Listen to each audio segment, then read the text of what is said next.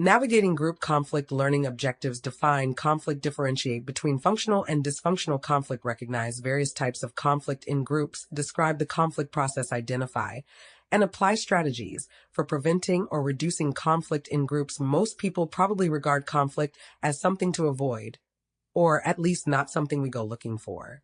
Still, we'd all agree that it's a familiar, perennial, and powerful part of human interaction, including among groups and teams. In this chapter, we will define conflict, consider whether conflict is functional or dysfunctional, discuss the conflict process, and identify strategies for preventing and reducing conflict in groups.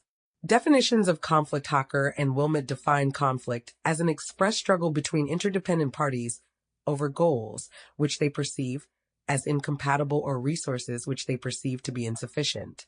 Let's examine the ingredients in their definition. First of all, conflict must be expressed. If two members of a group dislike each other or disagree with each other's viewpoints, but never show those sentiments, there's no conflict. Second, conflict takes place between or among parties who are interdependent, that is, who need each other to accomplish something. If they can get what they want without each other, they may differ in how they do so, but they won't come into conflict. Finally, conflict involves clashes over what people want or over the means for them to achieve it. Party A wants X, whereas Party B wants Y. If they either can't both have what they want at all, or they can't each have what they want to the degree that they would prefer to, conflict will arise. The positive and negative sides of conflict. There are some circumstances in which a moderate amount of conflict can be helpful. For example, conflict can stimulate innovation and change. Conflict can help individuals and group members grow and develop self-identities. As noted by Kozer, conflict, which aims at a resolution of tension between antagonists, is likely to have stabilizing and integrative functions for the relationship. By permitting immediate and direct expression of rival claims, such social systems are able to readjust their structures by eliminating their sources of dissatisfaction. The multiple conflicts which they experience may serve to eliminate the causes for dissociation and to reestablish unity. These systems avail themselves, through the toleration and institutionalization of conflict, of an important stabilizing mechanism.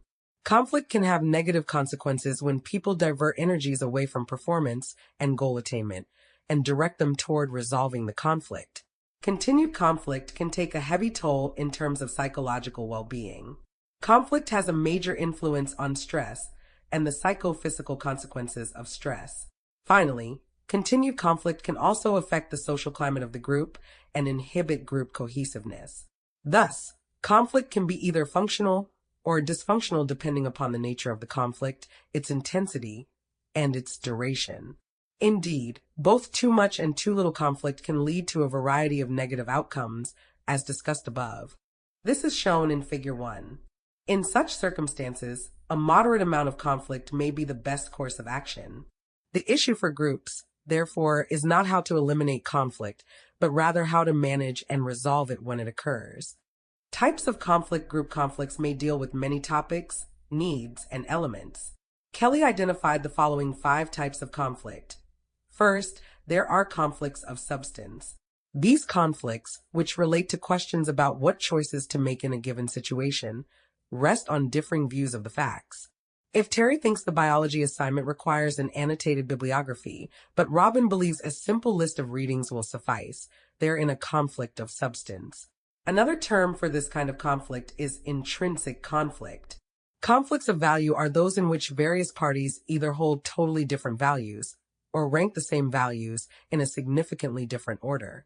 The famous sociologist Milton Rokeach, for instance, found that freedom and equality constitute values in the 4 major political systems of the past 100 years: communism, fascism, socialism, and capitalism. What differentiated the systems, however, was the degree to which proponents of each system ranked those 2 key values. According to Rokeach's analysis, socialism holds both values highly, fascism holds them in low regard, communism values equality over freedom, and capitalism values freedom over equality. As we all know, conflict among proponents of these 4 political systems preoccupied people and governments for the better part of the 20th century. Conflicts of process arise when people differ over how to reach goals or pursue values which they share. How closely should they stick to rules and timelines, for instance, and when should they let their hair down and simply brainstorm new ideas?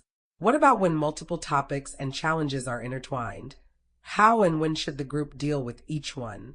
Another term for these disputes is task conflicts.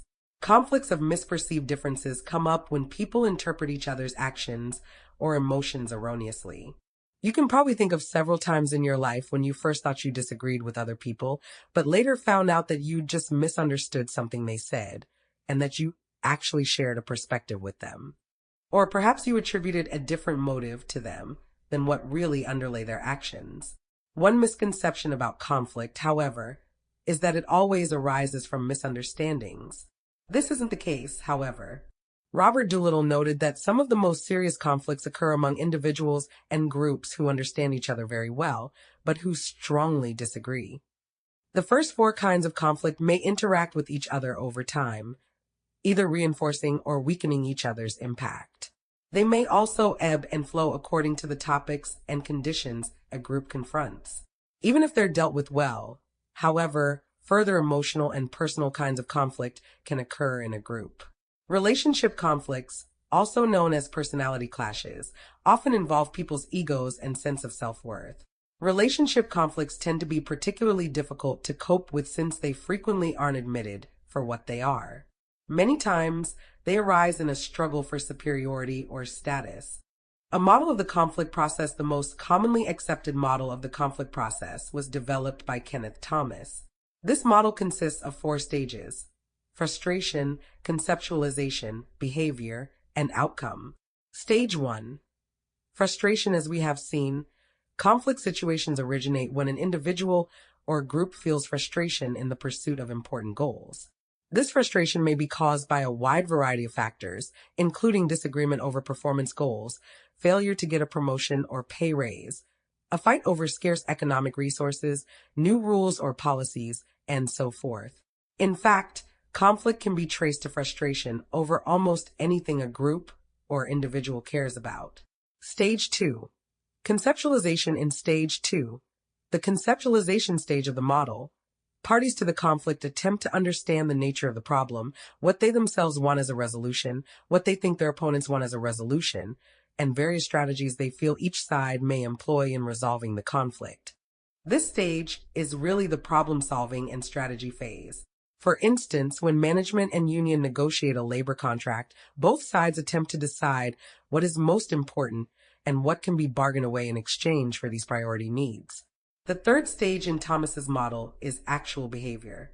As a result of the conceptualization process, parties to a conflict attempt to implement their resolution mode by competing or accommodating in the hope of resolving problems.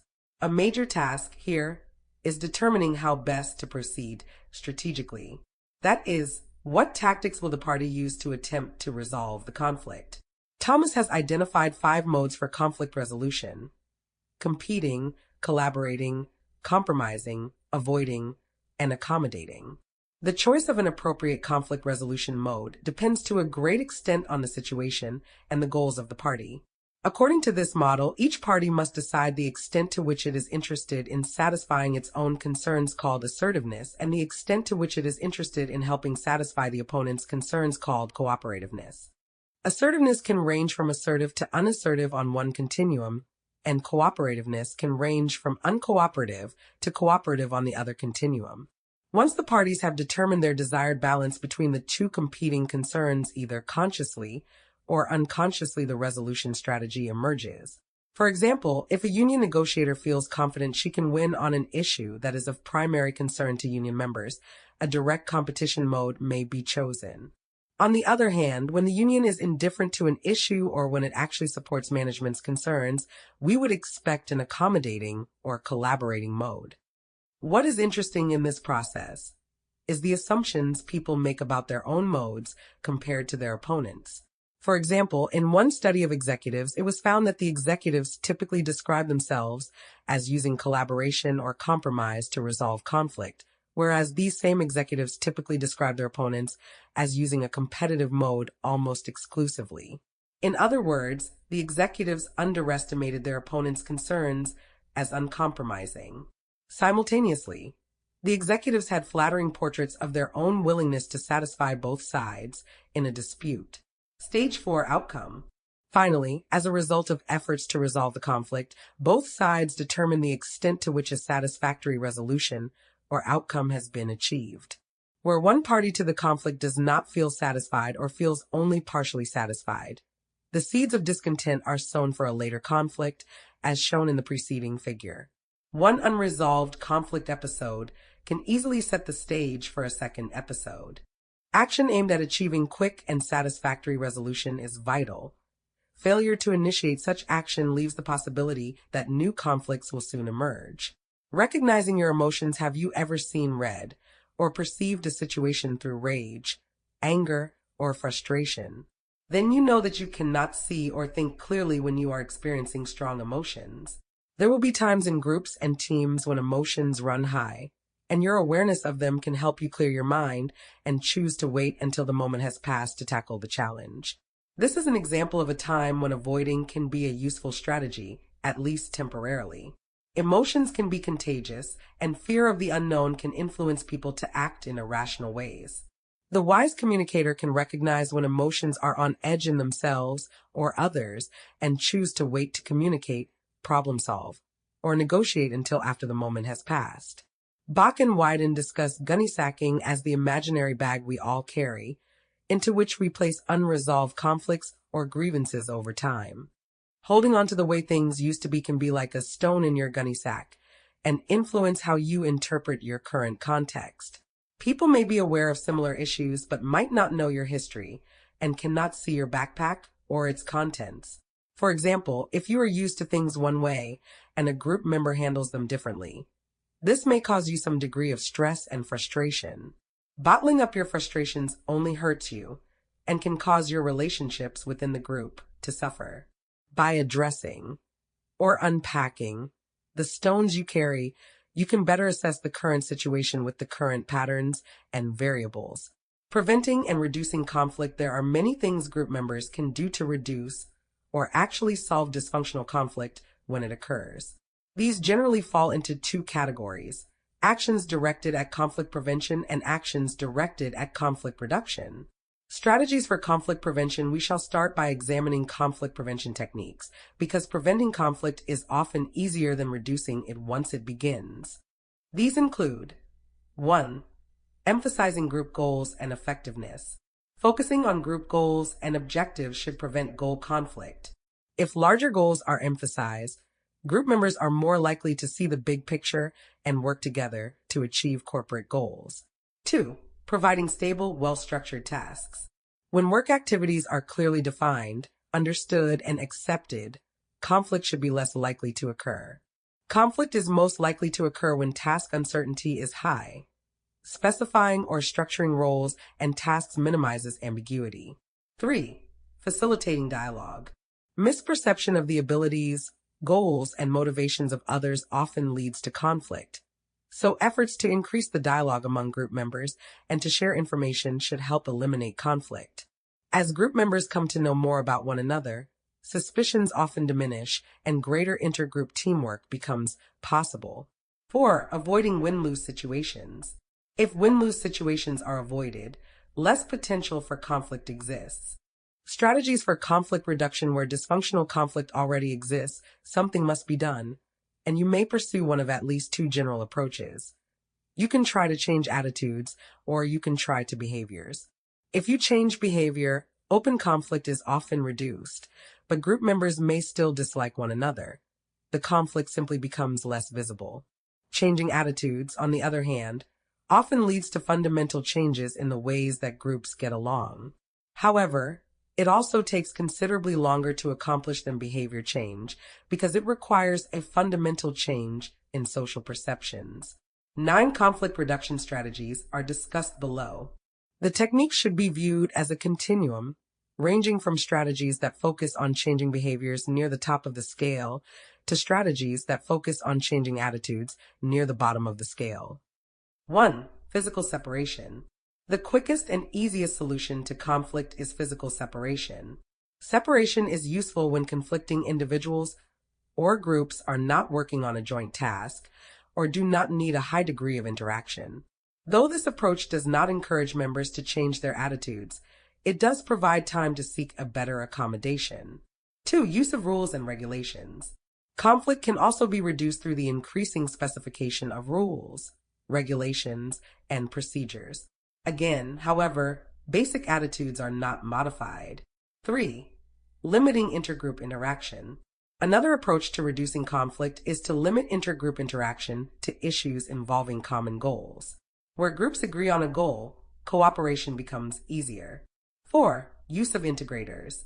Integrators are individuals who are assigned a boundary-spanning role between two people or groups. To be trusted, integrators must be perceived by both groups as legitimate and knowledgeable.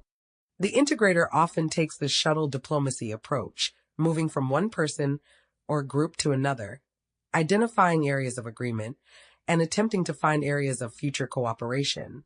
5. Confrontation and negotiation. In this approach, competing parties are brought together face-to-face to discuss their basic areas of disagreement. The hope is that through open discussion and negotiation, means can be found to work out problems. Contract negotiations between unions and management represent one such example. If a win-win solution can be identified through these negotiations, the chances of an acceptable resolution of the conflict increase. 6. Third-party consultation. In some cases, it is helpful to bring in outside consultants for third-party consultation who understand human behavior and can facilitate a resolution. A third-party consultant not only serves as a go-between but can speak more directly to the issues because she is not a member of the group. 7. Rotation of members. By rotating from one group to another, individuals come to understand the frames of reference, values, and attitudes of other members. Communication is thus increased. When those rotated are accepted by the receiving groups, change in attitudes as well as behavior becomes possible. This is clearly a long-term technique, as it takes time to develop good interpersonal relations and understanding among group members. 8. Identification of interdependent tasks and superordinate goals. A further strategy is to establish goals that require groups to work together to achieve overall success. 9. Use of training. The final technique on the continuum is training. Outside training experts are retained on a long-term basis to help groups develop relatively permanent mechanisms for working together. Structured workshops and training programs can help forge more favorable intergroup attitudes and, as a result, more constructive group behavior. Is conflict in groups good or bad? Why? Identify the types of conflict and provide examples of each. What modes of conflict resolution do you find yourself using when faced with a conflict in a group? What modes have you observed at work in your current group? What strategies could you use to prevent or reduce conflict in your group? References Bach G. and Wyden P. The Intimacy Enemy. Avon. Brown D.L.